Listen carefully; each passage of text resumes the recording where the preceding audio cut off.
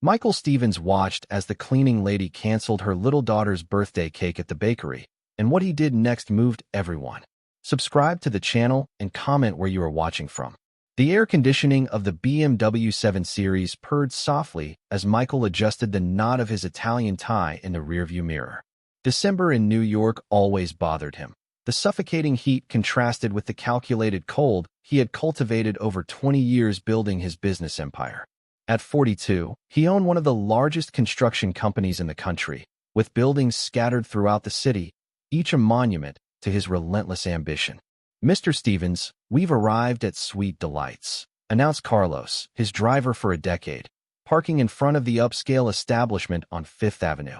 The place was known for catering to New York's elite, with its artisanal cakes costing more than many Americans earned in a week.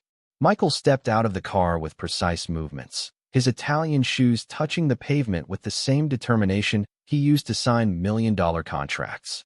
Tall, broad-shouldered, and with perfectly styled gray hair, he had the imposing presence of someone accustomed to commanding boardrooms and bending others' wills. His gray-blue eyes rarely showed emotion, a trait that earned him the nickname, the Ice King, in the business world. The bakery exuded the aroma of vanilla and Belgian chocolate. Refrigerated displays showcased edible works of art. Cakes decorated with sugar flowers, colorful cupcakes arranged like precious jewels, and pies that looked like they had come from a French dream. Michael was there to order a cake for his 10-year-old niece. A family duty he fulfilled more out of protocol than genuine affection. That was when he saw her. Near the counter, a woman in her mid-30s wore a faded navy blue uniform, with the logo of a cleaning company embroidered on her chest. Her brown hair was pulled back in a simple bun, with a few rebellious strands escaping, framing a face marked by life but still beautiful in its simplicity. She delicately held a crumpled piece of paper, a clearly hastily written note. "I would like to cancel the order," she said to the attendant, her voice low but firm, laden with a dignity that contrasted with the situation. The attendant, a young blonde with perfectly manicured nails, frowned. "But ma'am, the cake is almost ready. It's the Princess Pink model, right? For tomorrow." "Yes, that's the one."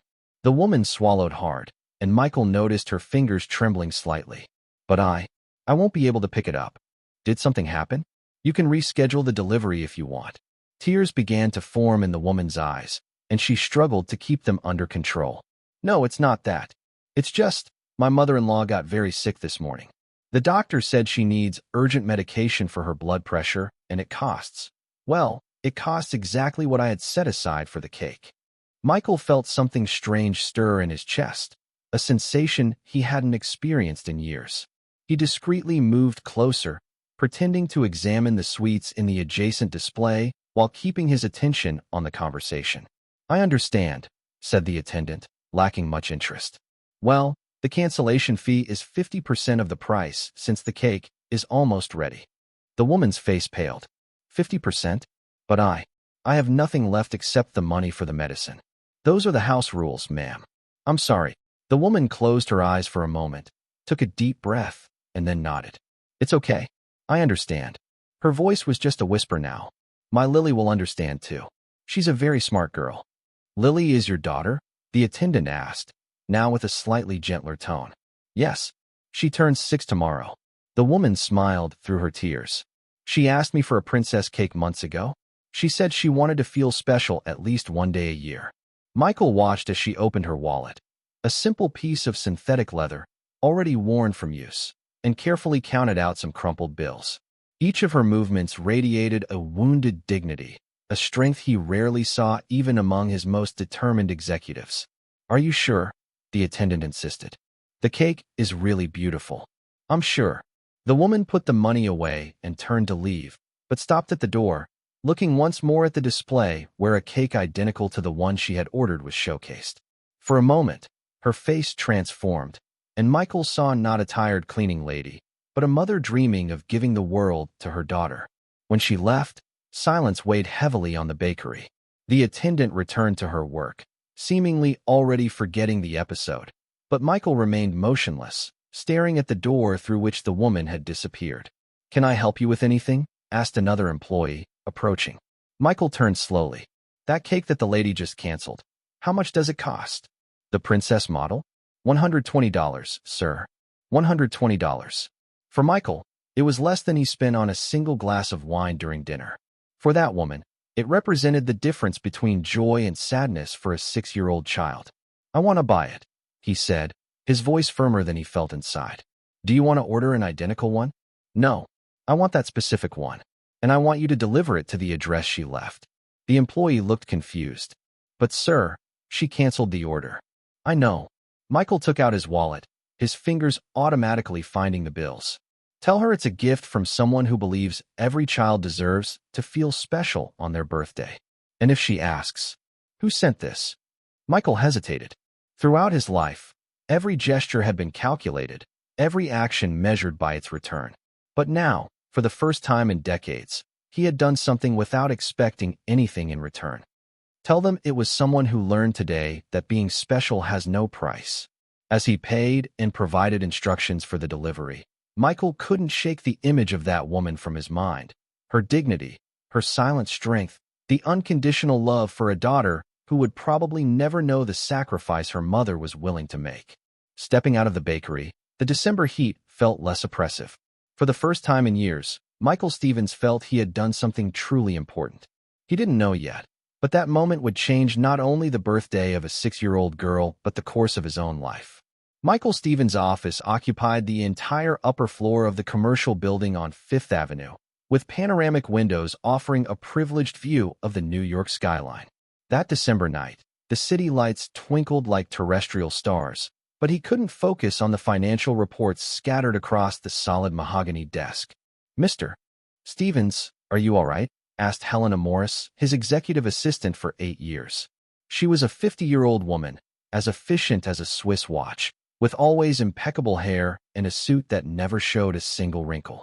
You seem different since you came back from the bakery. Michael lifted his eyes from the papers, his fingers nervously drumming on the table. I'm fine, Helena. Just thoughtful. Thoughtful. Helena raised an eyebrow. In all the years working with him, she had rarely seen him like this. Michael was a man of absolute certainties, quick decisions, and controlled emotions. Did something happen at Sweet Delights? Nothing much. He stood up, walking to the window. Down below, the streets buzzed with the typical weekend eve activity. People rushing to catch the last bus, couples meeting for dinner, families walking together. Simple lives, but seemingly full. Helena, do you have children? The question caught his assistant off guard. In 8 years, Michael had never shown interest in his employees' personal lives. I have 2, sir. A 23-year-old son and a 20-year-old daughter. And when they were little, did you throw birthday parties? Helena hesitated, not understanding where this conversation was leading. Of course, nothing too elaborate, but we always tried to do something special. Why do you ask? Michael continued looking out the window, his hands clasped behind his back. Today I saw a mother cancel her daughter's birthday cake to buy medicine for her grandmother. The girl turns 6 tomorrow. What a difficult situation, Helena commented, still intrigued by her boss's sudden interest in others' personal dramas. Difficult. Michael turned, and Helena noticed something different in his eyes, an intensity that had nothing to do with business. Helena, do you know how much I spent on my last watch? No, sir. $80,000. A Patek Philippe that I wear maybe 3 times a month. He walked back to the desk, picking up a picture frame that had been turned down for years. It was a photo of him with his parents, taken when he was 12, at a long-forgotten birthday party. The girl's cake cost $120. Helena began to understand. You helped? I paid for the cake. I asked them to deliver it to her house. Michael placed the picture frame back in its original position, face down. I don't know why I did that. Maybe because it's a human gesture, Helena suggested cautiously. Human. Michael repeated the word as if it were foreign. You know, Helena, sometimes I wonder when I stopped being human and became just this. He gestured vaguely to himself. Outside, the noise of traffic created a familiar urban symphony. Horns, engines, distant voices, the soundtrack of a city that never sleeps. But inside that air-conditioned office, with its expensive furniture and impersonal decor, the silence weighed like lead. Mr. Stevens, Helena approached, choosing her words carefully. You built an empire. You provided jobs for thousands of people. Your buildings house entire families. Isn't that human? It's practical. It's efficient. It's profitable. Michael sat heavily in the leather chair. But when was the last time I did something without calculating the return? When was the last time I helped someone without expecting anything in return? Helena pondered the question. She had known Michael since he was just the rebellious heir of a mid-sized construction company, determined to prove he could surpass his father's legacy. She had witnessed his gradual transformation from an idealistic young man into a relentless magnate. "Do you remember when you started the company?" she asked. "You used to visit every construction site personally, talk to the workers, ask about their families. That was business strategy. Satisfied employees are more productive. Was it?" Helena smiled sadly. "I remember you visiting construction worker Smith in the hospital when he broke his leg. You paid all his family's medical expenses. You said it was because you didn't want lawsuits, but I saw how you reacted when his daughter called you Uncle Michael." Michael closed his eyes, the memory returning like an unexpected wave. "That was how long ago?" 15 years, sir. Right after your mother passed away." The mention of his mother brought a familiar pang of pain. Mrs. Letitia Stevens had been the heart of that family, the gentle strength that balanced the pragmatic toughness of his father. She always said that the true measure of a man was not in his bank account, but in the difference he made in the lives of others. "My mother would be disappointed in me," Michael murmured. "Or proud," Helena countered. "You just helped a child who will never know who her benefactor was." "That sounds a lot like something Mrs. Letitia would do." Michael looked at Helena with an expression she couldn't decipher. "Do you think I've become? Is he a bad man, Helena?" "No, sir. I think you've just become a weary man. There's a difference." The phone rang, interrupting the moment. Helena answered with her usual efficiency, but Michael dismissed her with a gesture. "You can go home, Helena. It's late." "Are you sure, sir? There are still the reports of—" "The reports can wait." Michael stood up, walking once again to the window. "Some things are more important than reports." Helena hesitated at the door. "Mr. Stevens? May I make an observation?" "Of course. You asked when was the last time you did something without expecting a return. I think it was today." When Helena left, Michael was left alone with his thoughts and the night view of New York. For the first time in years, he didn't think about mergers, acquisitions, or profit margins. Instead, he imagined a 6-year-old girl opening the door to her home and finding a princess cake waiting for her. He envisioned the smile on that child's face, the joy in her eyes, the feeling of being special, even if just for a day. And for the first time in decades, Michael Stevens smiled without calculating the cost-benefit of the gesture. Outside, the city continued its nightly dance, indifferent to the silent transformations happening in the hearts of men. But inside that office, something had changed. A seed had been planted, and Michael still didn't know what fruits it would bear. 3 weeks had passed since the episode at the bakery, and Michael discovered that his nightly routine had subtly changed. Instead of leaving the office at 7 in the evening, as he always had, he began to extend his working hours, staying until 10, sometimes even later. He told himself it was to review important contracts or analyze proposals for new ventures, but the truth was more complex than he was willing to admit. The Silvera and Associates commercial building transformed completely after hours. The executive elevators stopped running, the lights on the administrative floors went out one by one, and a peculiar silence took over the environment. It was then that the night cleaning crew came into action, led by the company Total Clean, the same one whose uniform he had seen that December afternoon. "Mr. Stevens, you've been working a lot lately," Helena commented, organizing the documents on the desk. It was Thursday, almost 9 in the evening, and she showed clear signs of fatigue. "Wouldn't it be better to continue tomorrow morning?" "You can go, Helena. I'll stay a bit longer reviewing the residential project in Westchester." Michael didn't even lift his eyes from the papers, but he noticed the worried look of his assistant. "It's all right, you can go rest." Helena hesitated at the door. "Are you sure you're okay? You've seemed different lately." "I'm great." The response came out drier than he intended. "Have a good night." When he was finally alone, Michael allowed himself to relax his shoulders and exhale the breath he hadn't realized he was holding. The truth was he was waiting for the discreet sound of the service elevator, for the soft echo of footsteps in the hallway, for the beginning of the nightly cleaning ritual that he had started to observe with an unexplainable curiosity. At 9:20, like clockwork, He heard the key turning in the lock of the adjacent office. There were always two employees from the night crew, an older man named Mr. Manuel, who cleaned the restrooms and emptied the trash bins, and a woman who took care of the main offices. Michael had yet to see her face, but something about her movements, the cadence of her steps, felt strangely familiar. That night, he decided to find out who she was. Pretending to work on important documents, he left the door of his office slightly ajar. The main hallway was dimly lit by emergency lights, creating an almost theatrical atmosphere. The sound of a vacuum cleaner came from the finance department office, followed by the gentle noise of cloths being wiped over glass surfaces. When she finally appeared in his line of sight, Michael felt his heart race. It was her, the woman from the bakery. She wore the same navy blue uniform, but now he could observe her more closely. She was about 5 feet tall, with precise and delicate movements, as if each gesture were carefully thought out. Her brown hair was tied back in a practical ponytail, with a few rebellious strands framing a face that, even tired after a full day of work, retained a natural dignity. She entered Helena's office carrying a cleaning cart equipped with professional-grade products. Michael watched, fascinated, as she worked. It wasn't just cleaning, it was art. Each movement had purpose. Every detail received special attention. She adjusted the picture frames that employees had left crooked, straightened the plants that decorated the tables, organized papers that had been left in disarray. But what impressed him the most was her gentleness.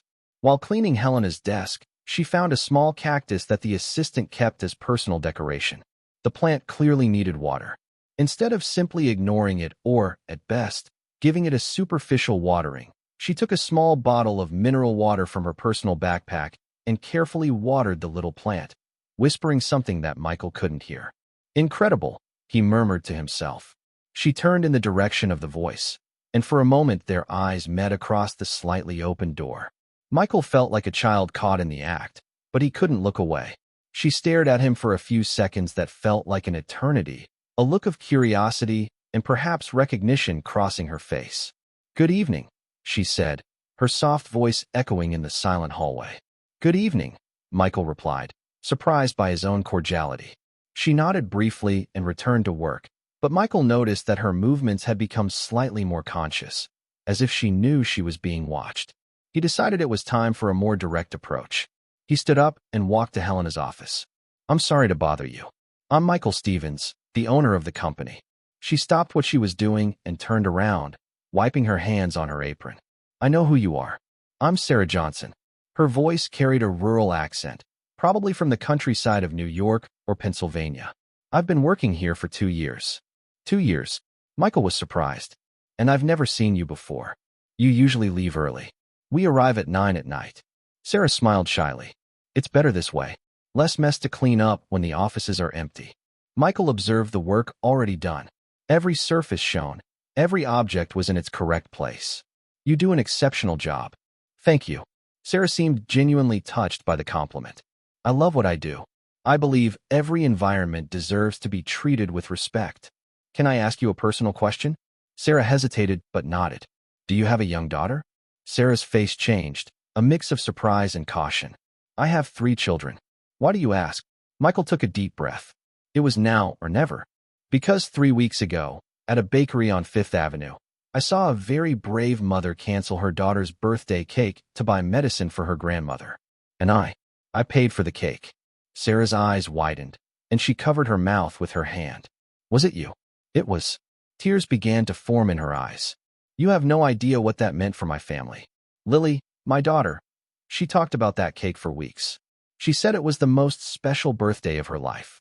"How is she? And your mother-in-law?" "Lily is fine, thank you.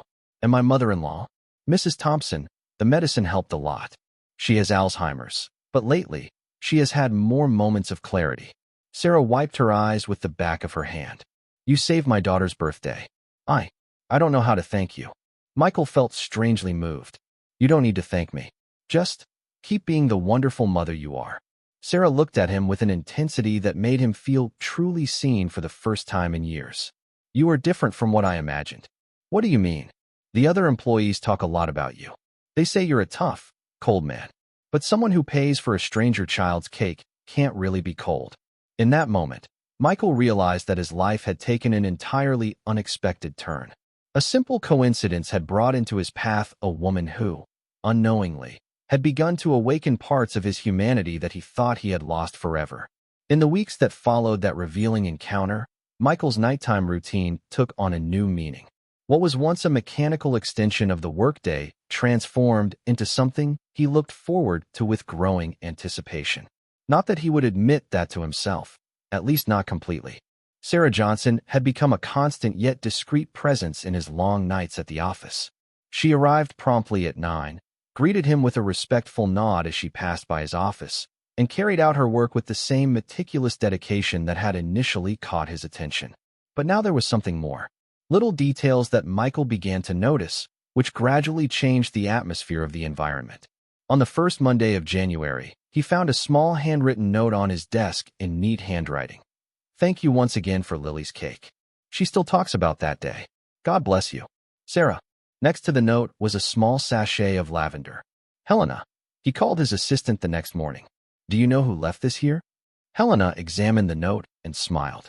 It must have been the cleaning crew. What a thoughtful gesture. Michael kept the note in the drawer, but the sachet of lavender remained on the desk. Its gentle aroma seemed to make the environment less formal, less cold. The following Wednesday, it was a small handmade card, clearly made by little hands. Colorful drawings of flowers and butterflies adorned a "thank you for the cake," written in shaky letters, signed Lily, 6 years old. Michael caught himself smiling, a genuine smile that no one was around to witness. "Mr. Michael." Sarah appeared at his office door that night, looking slightly embarrassed. "I hope you don't mind the little notes. I told Lily she didn't have to, but she insisted." "I don't mind," Michael replied, surprised by his own sincerity. "In fact, they brighten my day." Sarah smiled, and Michael noticed how her smile completely transformed her face. She is a very grateful girl. Every night before she goes to bed, she asks God to bless the good man who gave the cake. Good man. Michael repeated the words, testing how they sounded. "It's been a long time since anyone called me that. Maybe people haven't had the chance to see that side of you." In the following weeks, the little gifts became a silent tradition. Sometimes it was a flower picked from the small garden of the house where Sarah lived, always accompanied by a note explaining that Mrs. Thompson had insisted on sending it. Other times, it was homemade sweets wrapped in colorful paper. "Sarah made chocolate truffles today," she explained one Thursday, placing a small box on the table. She said important executives must always be very stressed and that sweets are good for the heart. Michael tried one of the truffles and found them extraordinary, not just for the taste, but for the evident care in every detail. "Your oldest daughter?" "No, I made them myself."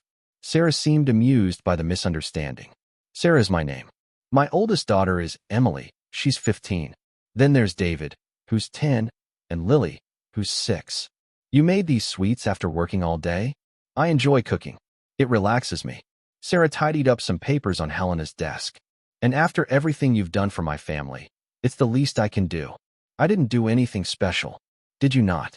"Sarah." Sarah stopped what she was doing and looked him straight in the eye. "You changed the most important day in a child's life. How is that not a big deal?" That night, after Sarah finished her work and said goodbye, Michael pondered her words. For the first time in years, someone had valued a gesture of his that had nothing to do with money or power. It was a strange feeling and, paradoxically, liberating. The following Friday, it was Michael who left something on the communal work desk, a small envelope with the name, Sarah, written in his business handwriting. Inside was a gift card for a bookstore, accompanied by a note, "For the mother who teaches gratitude through example. Use it as you wish." When Sarah arrived and found the gift, she looked for Michael in his office. Her eyes were misty.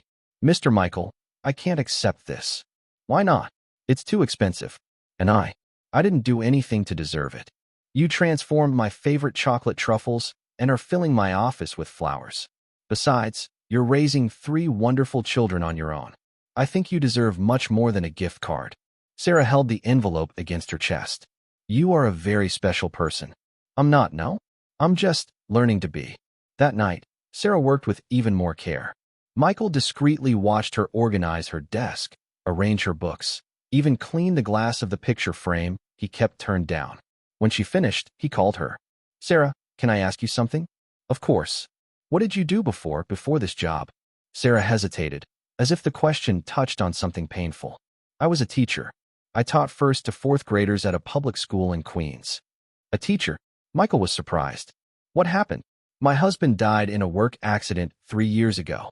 The teacher's salary wasn't enough to support the children and take care of Mrs. Thompson, who was under our responsibility. I needed to find a job that paid better and had hours that allowed me to care for everyone. Michael felt something tighten in his chest. Do you miss it? Teaching. Sarah's eyes lit up for the first time since they started talking. Every day? It is the thing I love most in the world.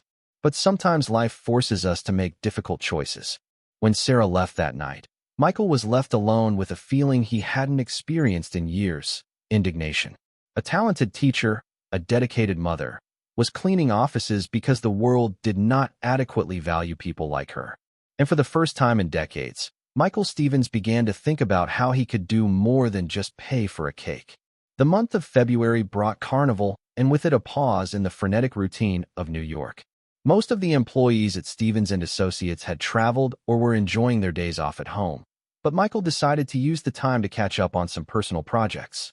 In fact, he was eager to continue his nightly conversations with Sarah, which had become the most interesting part of his days. It was on a Tuesday during Carnival, with the city quieter than usual, that he discovered something that would completely change his perspective on the woman who cleaned his offices. Sarah arrived promptly at 9 in the evening, as always, but brought with her a bag different from the usual. Instead of the usual cleaning kit, she carried a floral fabric bag that looked old but well cared for. "Good evening, Mr. Michael," she greeted, appearing more cheerful than usual. "Are you working even during Carnival?" "I prefer the city like this, calmer," he replied, noticing the bag. "And you? Aren't you going to enjoy the parades?" Sarah laughed, a musical sound that echoed through the empty office. "With 3 children and a mother-in-law to care for? My Carnival is right here." She hesitated for a moment, then approached the desk. "Actually, I brought something to show you. If it's not too much trouble." Michael closed his laptop, his full attention on her. "Of course, go ahead." Sarah carefully opened the bag and took out an old notebook with a faded blue hardcover. The yellowed pages were filled with neat handwriting, colorful drawings, and collages made from old magazines. "This is my journal from when I was a teacher," she explained, leafing through the pages with reverent care. "I wrote everything down: lesson plans, student progress, ideas for activities. It was my treasure." Michael leaned in to see better. The pages revealed an impressive dedication. Each lesson plan was meticulously crafted, with clear objectives, creative methods, and careful assessments. There were explanatory drawings for mathematical concepts, little poems to teach English, and even simple recipes to teach measurements and fractions. "Look at this one," Sarah said, pointing to a specific page. It was a lesson about the solar system. Since we didn't have proper teaching materials, I created a model using styrofoam balls and paint. The kids were fascinated. The page showed Polaroid photos of smiling children holding colorful planets, their faces lit up by discovery. Michael recognized in the sparkle of those children's eyes the same passion he saw in Sarah's eyes when she spoke about teaching. "And this one was about professions," she continued, flipping through a few more pages. Each child had to draw what they wanted to be when they grew up. David wanted to be an astronaut. Lily dreamed of being a veterinarian. "Do you remember all your students' names?" Michael asked, impressed. "Every single one," Sarah replied without hesitation. 43 children in 5 years of teaching. I know where each one is today, how they're doing in school. Some still send me letters to this day." Michael continued to flip through the notebook and came across a section that made him stop. They were poems written by hand, with a sensitivity that surprised him. "You write poetry?" Sarah blushed slightly. "It's just a hobby. I write when I'm inspired or when I need to process something difficult." One of the poems particularly caught Michael's attention. Asterisk, "Between the chalk and the eraser, small lives transform. Each question is a flower that has blossomed in the garden of the mind.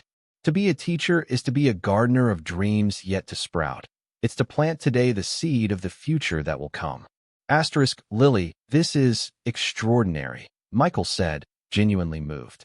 "You have a real talent." "Do you really think so?" She seemed almost unable to believe the compliment. "My husband always said I was wasting time on these things." Your husband was wrong. The firmness in Michael's voice surprised her. What you have here represents more passion and dedication than I see in most executives I know. Lily turned a few more pages and stopped at a different section. This part is more personal. I wrote it during the hardest moments, after Robert passed away. Michael saw pages written in a shaky hand, poems filled with pain but also with hope. One of them touched him deeply. Asterisk. When life breaks our plans and the ground opens beneath our feet, we learn that love does not die even when everything falls apart. I teach my children that strength is not in never bending, but in rising every morning and choosing to start anew. Asterisk, Lily, Michael said, his voice softer than she had ever heard. Have you ever thought about going back to teaching? Every day, she replied, carefully closing the notebook. But it's not an option right now. The cleaning salary is double what I earned as a teacher, and I need to support 4 people. What if there was a way? If you could teach and still earn enough to take care of your family? Lily looked at him with a mix of hope and skepticism. That would be a dream, Mr. Stevens. But I work cleaning at night precisely because I can take care of Mrs. Thompson during the day. I can't leave her alone. Michael was silent for a few moments, processing the information.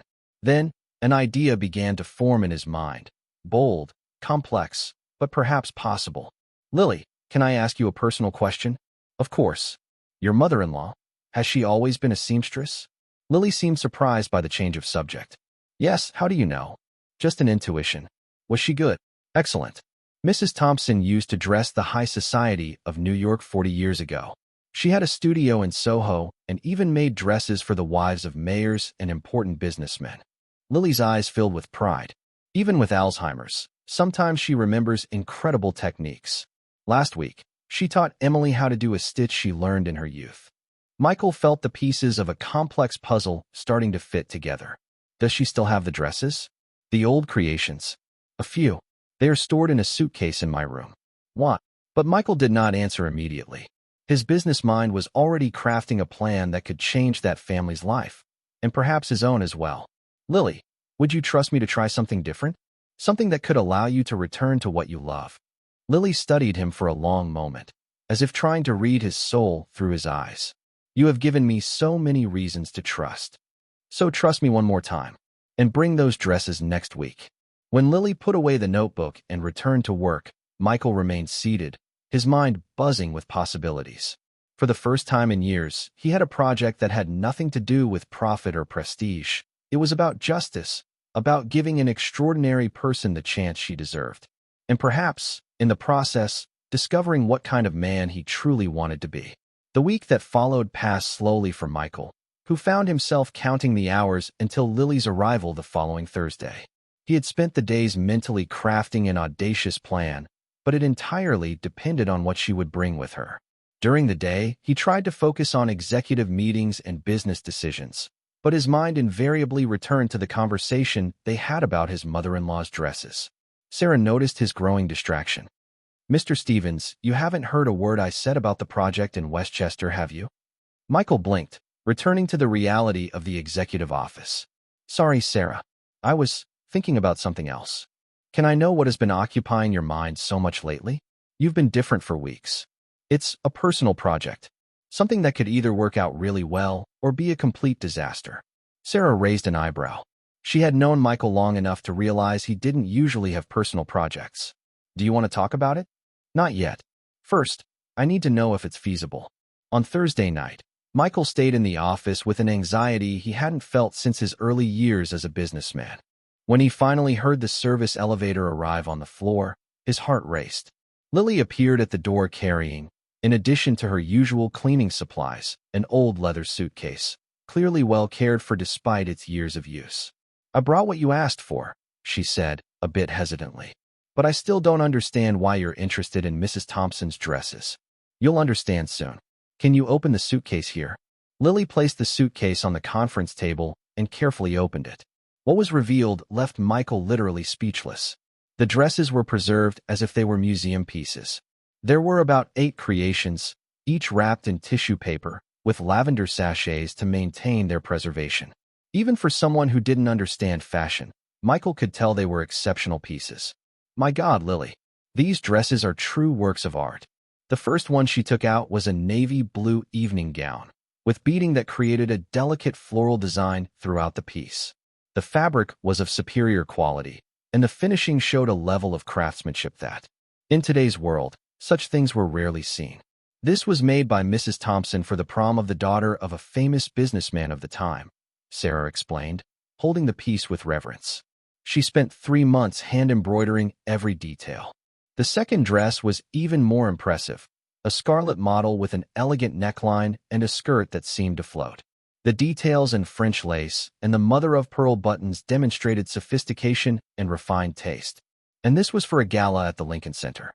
The client was the wife of a mayor, if I'm not mistaken. Michael examined each piece with growing admiration.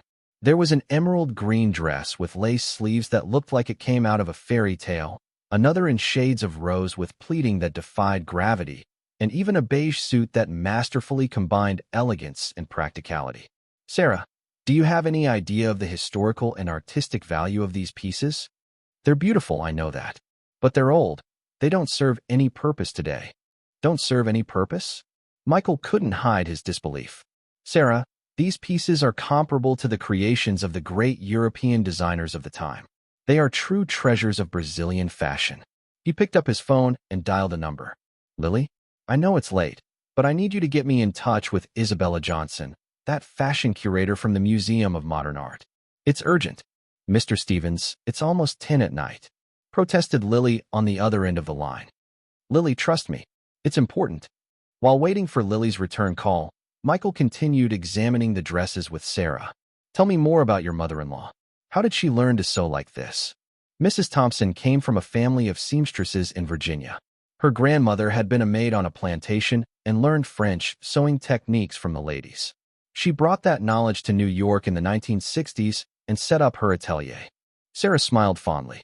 Even now, with her illness, sometimes she remembers techniques that even I didn't know existed. The phone rang. It was Lily with the curator's contact. Isabella, this is Michael Stevens. I know it's late, but I need your professional opinion on some haute couture pieces from the 1970s. Yes, today if possible. I'll pay your fees for the inconvenience, of course. 40 minutes later, Isabella Johnson arrived at the office. She was an elegant woman in her 50s, with perfectly styled gray hair and a look that betrayed decades of experience with high-quality fashion. Michael, what urgency is this? You said you had important pieces to show. She stopped mid-sentence when she saw the dresses spread out on the table. My God, she whispered, approaching slowly. Where did you find this? These are creations from Sarah's mother-in-law, Michael explained.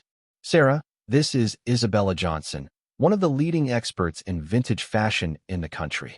Isabella picked up the navy blue dress with trembling hands of emotion. This is exceptional. Look at this embroidery, this finishing technique. It's the work of a true master. She looked at Sarah with renewed respect. Was your mother-in-law Constance Smith? Constance Almeida Smith, yes. Do you know her? Know her?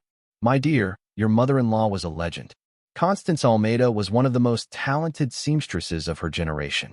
I searched for her for years for an exhibition on Brazilian fashion, but I could never find her. Sarah was stunned. You were looking for her? For over 10 years. Mrs. Thompson's creations are considered cultural heritage of New York fashion. These dresses, they should be in a museum. Michael felt a deep satisfaction seeing the recognition that Sarah deserved finally arriving. Isabella, what would you say about organizing an exhibition with these pieces? It would be a dream come true, but it costs a lot, and the family would have to agree. Michael looked at Sarah, who seemed still in shock with the revelation. Sarah, what do you think? I don't know what to say. I never imagined Mrs. Thompson's dresses were so important. They are important because they were made with love, dedication, and extraordinary talent, Michael said gently. Exactly the same qualities I see in you every day. At that moment, looking at Sarah surrounded by her mother-in-law's dresses, being recognized by a renowned expert, Michael realized that he had found much more than a way to help. He had found a family that carried extraordinary stories, hidden talents, and a dignity that inspired him to be a better person. And for the first time in years, he felt he was on the right path to discovering who he really wanted to be. The following days after the revelation about Mrs. Thompson's dresses turned into a whirlwind of emotions and possibilities for everyone involved. Michael had spent the weekend researching fashion exhibitions, insurance values for historical pieces, and curation contracts, but his mind kept returning to the expression of disbelief on Sarah's face when Isabella revealed the importance of her mother-in-law's creations. On Monday, Lily immediately noticed the change in her boss's behavior. "Mr. Stevens, you seem energized. I haven't seen you like this in a while." "I'm working on an interesting project," Michael replied, flipping through some papers on the desk. "Lily, could you research professional rehabilitation programs for people who want to return to teaching? And also about specialized caregivers for Alzheimer's." Lily paused what she was doing. "May I ask why this specific research?" "Let's just say, I'm exploring ways to help a very special family." That Tuesday night, Michael awaited Sarah with anxiety. He had prepared an audacious proposal, but it depended entirely on the trust she placed in him. When he finally saw her arrive, he noticed she also seemed different. There was a lightness in her steps that he hadn't seen since they met. "Good evening, Mr. Stevens," she greeted him, smiling more openly than usual. "I couldn't stop thinking about our conversation on Thursday. I told everything to Mrs. Thompson, and..." She had an incredible moment of clarity. She remembered Mrs. Isabella. "Seriously?" Michael perked up. "What did she say?" "She said she always dreamed of seeing her dresses admired by others, but never imagined it would be possible." Sarah approached the table, her eyes shining. "She also mentioned that she feels honored to know her work can inspire others." "And you, Sarah? How do you feel about all this?" Sarah hesitated, as if organizing complex thoughts. "I feel confused, excited, but also scared. For years, I lived believing we were just ordinary people, trying to survive one day at a time. And now I discover we carry a treasure without knowing." Michael stood up and walked to the window, looking at the city lights. "Sarah, can I make a proposal? Something that might sound crazy, but I believe it could change your family's life." "I'm listening." "I want to organize an exhibition with Grandma Thompson's dresses. A big, professional exhibition that gives her the recognition she deserves. And I want you to be the educational curator of the project." Sarah blinked several times, as if she wasn't sure she had heard correctly. "Educational curator? But I don't know anything about exhibitions." "You understand education, and that's what we need." Michael turned to face her. "I want you to develop an educational program alongside the exhibition. Workshops for kids about Brazilian crafts, lectures on the history of sewing, activities that teach new generations to appreciate manual work." "But what about my job here? And who will take care of Mrs. Thompson during the day?" "Part of the exhibition budget would include hiring a specialized caregiver for your mother-in-law. And the educational curator work would be during the day, allowing you to be home at night with your family." Sarah sat heavily in a chair, the impact of the proposal evident in her expression. "Are you serious?" "Completely. I've already spoken with Isabella, and she's willing to co-sign the project. We have contacts at the Museum of Modern Art, the Metropolitan Museum, and various important cultural institutions. But this must cost a fortune." Michael took a deep breath. It was the moment of truth. "I would fund the entire project, not as an investment, but as, let's say, a way to give back to society a little of what I've received from life." Sarah looked at him intently, and Michael saw tears forming in her eyes. "Why? Why would you do this for us?" The question he had been avoiding asking himself. Michael walked back to the table and sat down, choosing his words carefully. "Because you reminded me of who I used to be. Because your family represents values I lost along the way. And because..." He hesitated. "Because for the first time in years, doing something good feels more important than doing something profitable. But people will question this. They will ask why an important businessman is spending so much money on a cleaning lady and her family. Let them question." The answer came out more firmly than Michael expected. "I've spent too many years worrying about what others think." Sarah remained silent for several minutes, clearly struggling with conflicting emotions. "I need to talk to my family, especially with Emily. She's very mature for her age and always helps me with important decisions.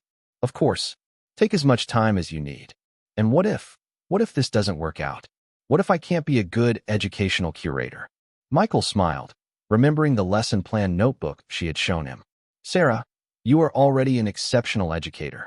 You just need an opportunity to show that to the world." When Sarah returned to work that night, her movements seemed more thoughtful, as if each gesture carried the weight of the possibilities opening up before her. Michael watched her discreetly, admiring how she processed such significant changes with the same dignity she faced all of life's challenges. Around 11 at night, she finished her work and approached her desk once again. "Mr. Michael, can I ask you a question?" "Sure." "Do you have family? Children?" The question caught him off guard. "No, I never married, never had children. I always thought I didn't have time for family." "And now? Do you still think you don't have time?" Michael reflected on the answer. "Now I think I may have used my time wrong all these years." Sarah nodded, as if the answer confirmed something she already suspected. "You know, Mr. Michael, sometimes God puts people in our path not just for us to help them, but for them to help us too."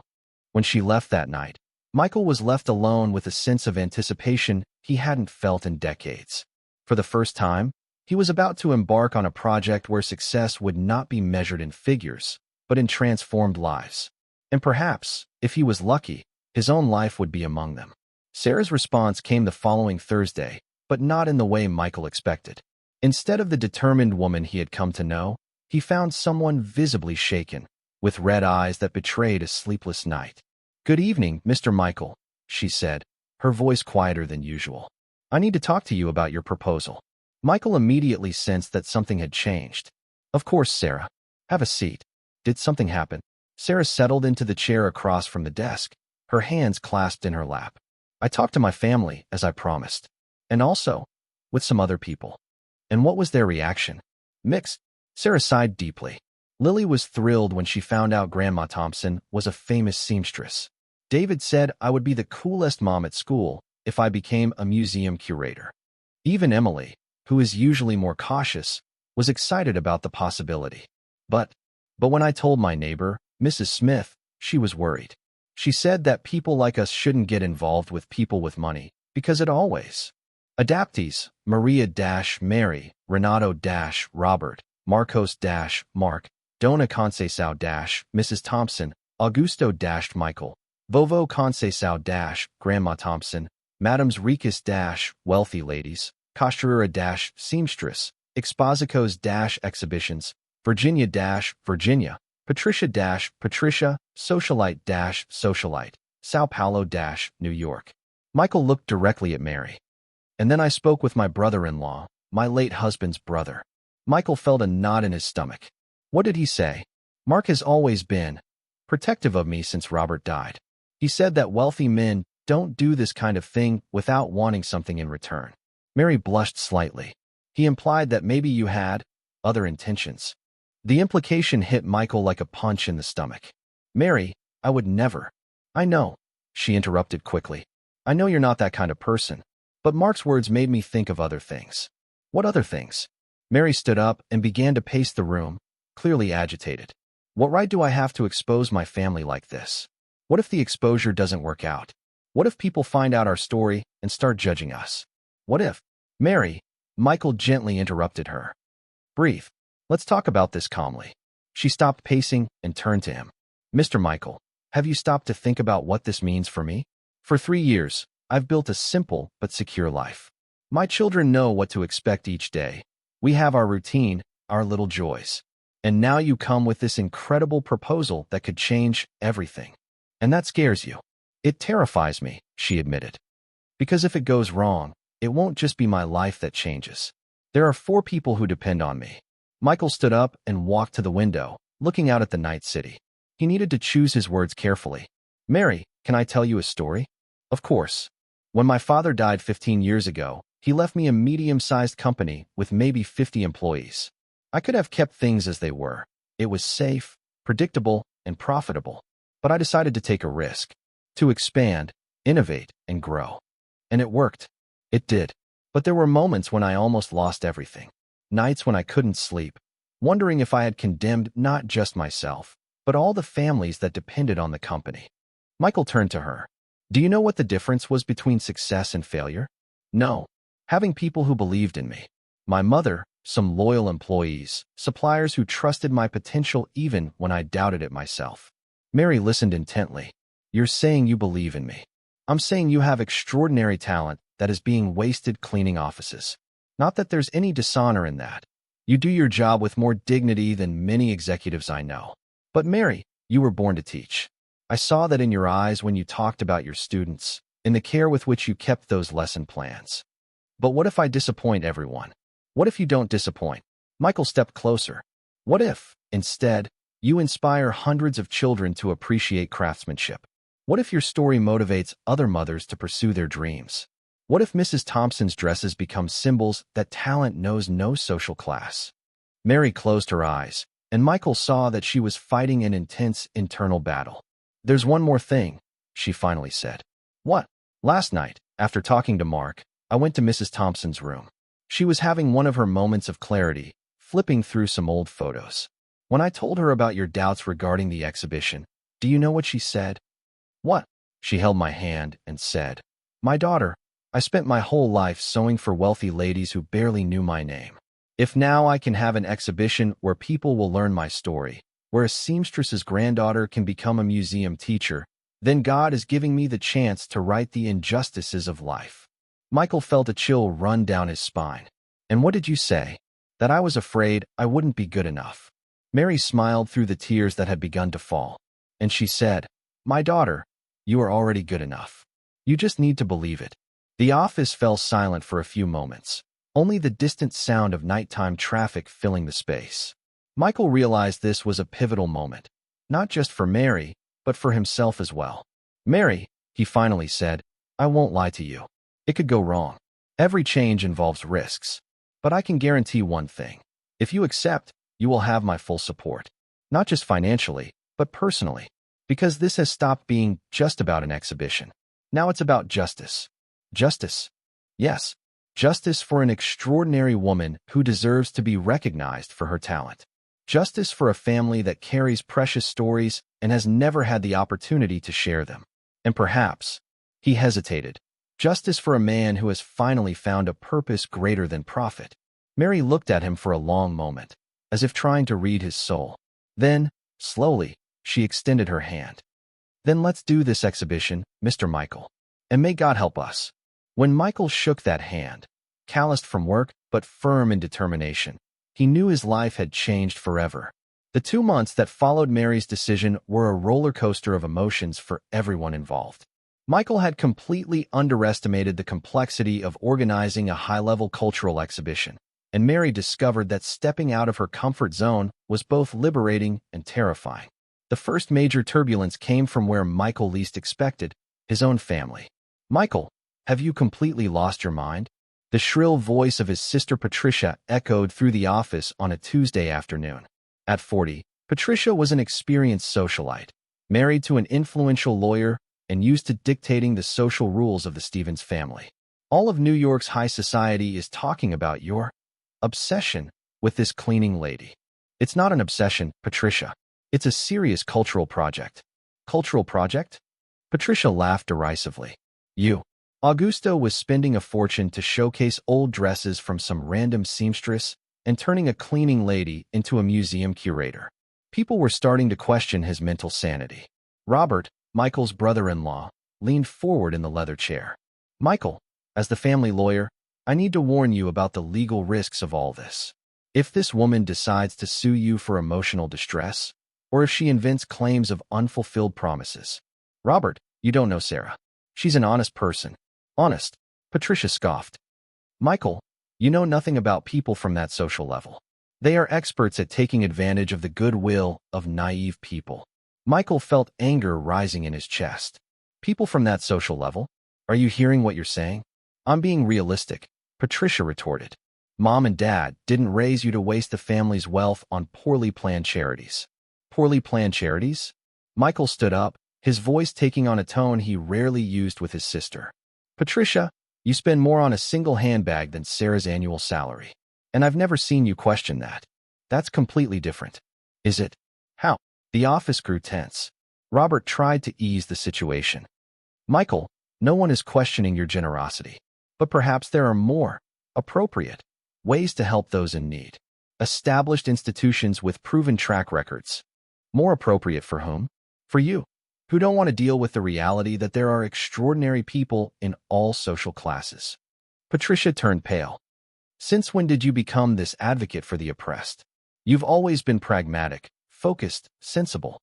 Maybe I've realized that pragmatism without compassion is just disguised cruelty. The discussion was interrupted by the arrival of Sarah, who entered the office with a worried expression.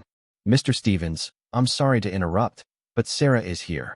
She seems very upset and insists on speaking with you. Michael immediately forgot the argument with his siblings. Send her in.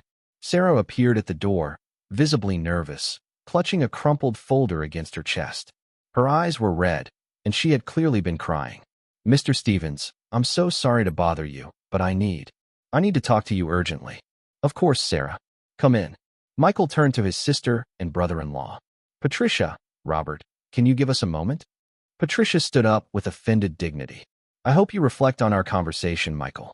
And I hope this situation doesn't end up tarnishing our family's name. When they were finally alone, Michael noticed how small and vulnerable Sarah looked in that vast office. What happened? It's Emily, Sarah said, her voice choked. My 15-year-old daughter. She's being bullied at school because of the exhibition. Michael felt his stomach drop. What do you mean? Some classmates found out that I work as a cleaner and that you're funding the exhibition. They are saying that I'm your mistress, that I'm taking advantage of you to get ahead in life. Sarah wiped her eyes with the back of her hand. Yesterday, Emily came home crying because a girl said our whole family is gold diggers. My God, Sarah, why didn't you tell me this before?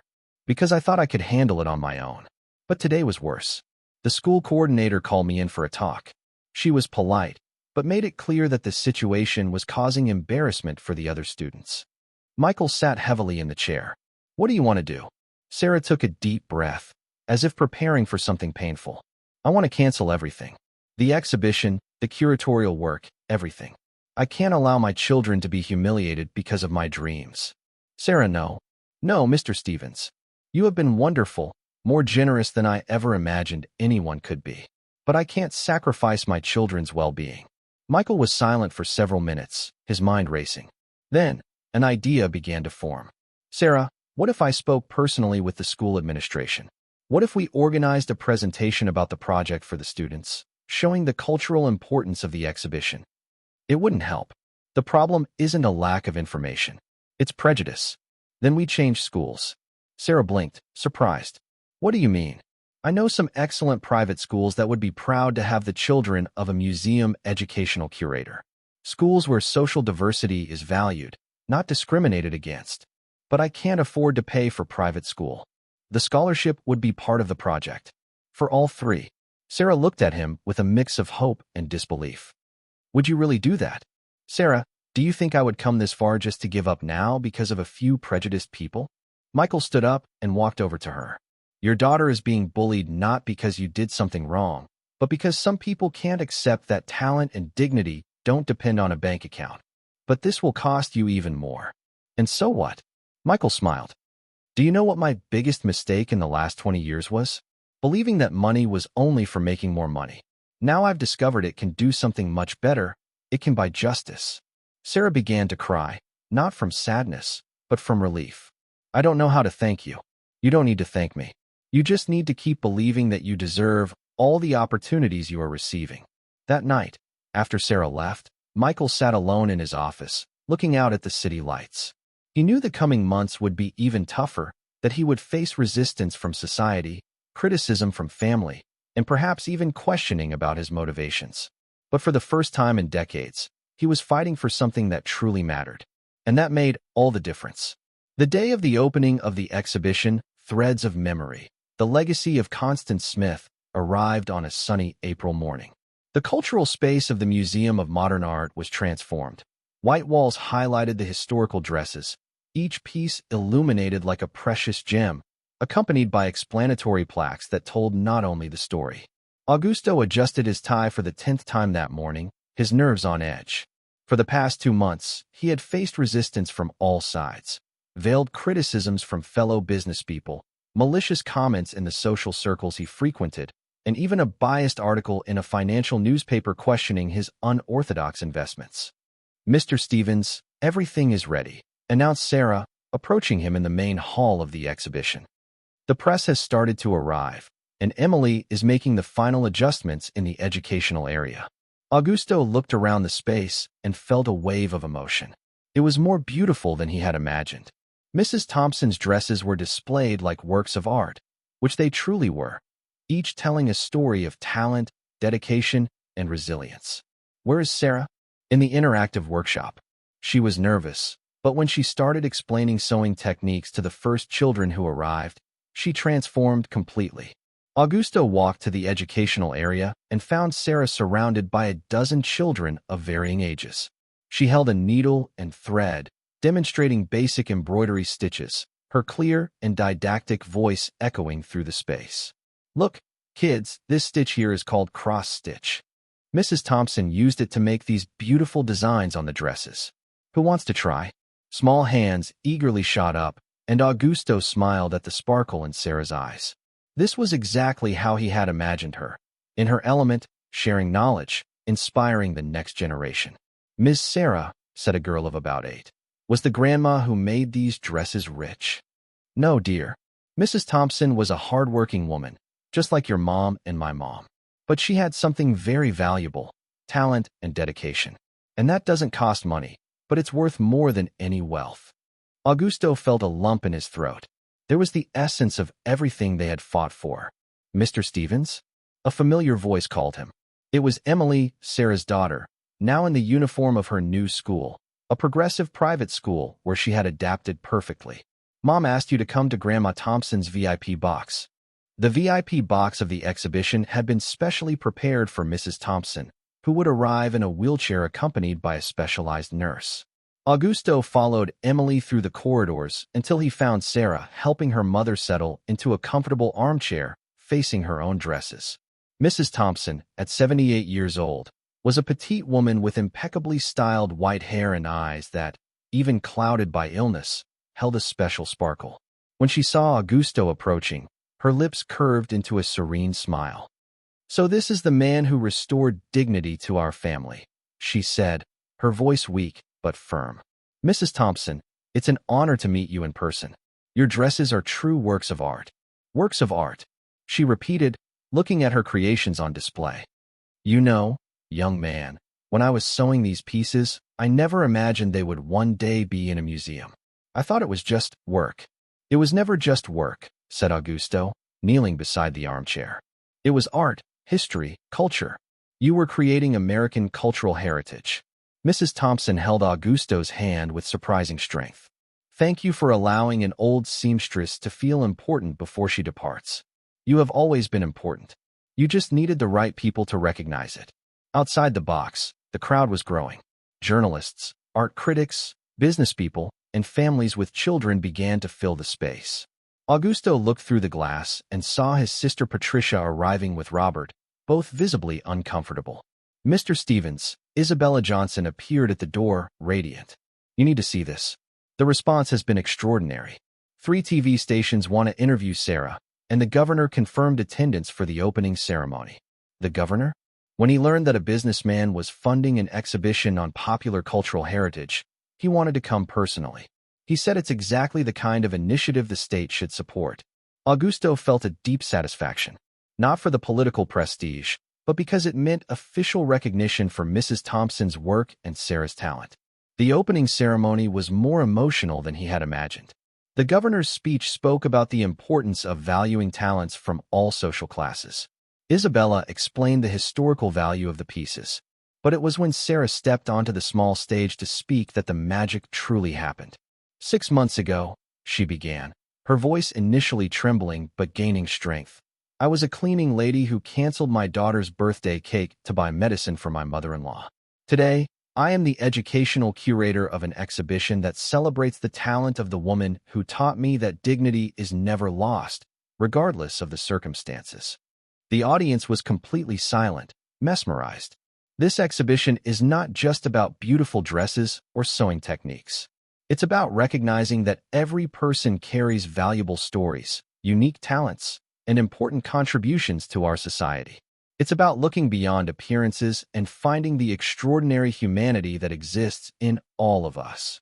When she finished, The applause was deafening. Augusto saw tears in the eyes of many people in the audience, including some business people who had criticized the project. Later, as the crowd began to disperse, Augusto found Sarah in the interactive workshop, organizing the materials used throughout the day. "How do you feel?" he asked. "Like I finally found my place in the world," she replied, smiling. "You know, Mr. Stevens, when you paid for Lily's cake, I never imagined that gesture would change our lives so completely." "Neither did I. I thought I was just doing a good deed." "And you were. But sometimes a good deed has the power to transform not just those who receive, but also those who give." Augusto looked around the exhibition, families chatting, children learning, Mrs. Thompson's dresses being admired and respected, and realized that Sarah was right. Adaptees, Maria-Sarah. He had started that journey trying to help a needy family, but in the process, he found something he had been searching for decades without knowing: purpose. "Sarah," he finally said, "thank you for allowing me to be part of your story. Thank you for making our story worth telling." As he walked through the exhibition space one last time that night, Michael reflected on the 8 months that had changed his life. He had learned that true wealth was not in his bank account, but in the ability to make a difference in the lives of others. He discovered that dignity and talent knew no social boundaries. And more importantly, he had found a family that taught him to be human again. Outside, New York continued its eternal night dance, but inside that cultural space, a small silent revolution had taken place. A seamstress had been recognized as an artist, a teacher had reclaimed her vocation, and a businessman had rediscovered his humanity. Sometimes, Michael thought, the greatest miracles begin with the smallest gestures. A birthday cake can change the world. All it takes is someone brave enough to pay for it. Please like, subscribe to the channel, turn on notifications, and if you watched until now, comment, "I watched until now," and share your thoughts on this story. Oh, and don't forget to watch the next video that appears on the final screen. It's very emotional.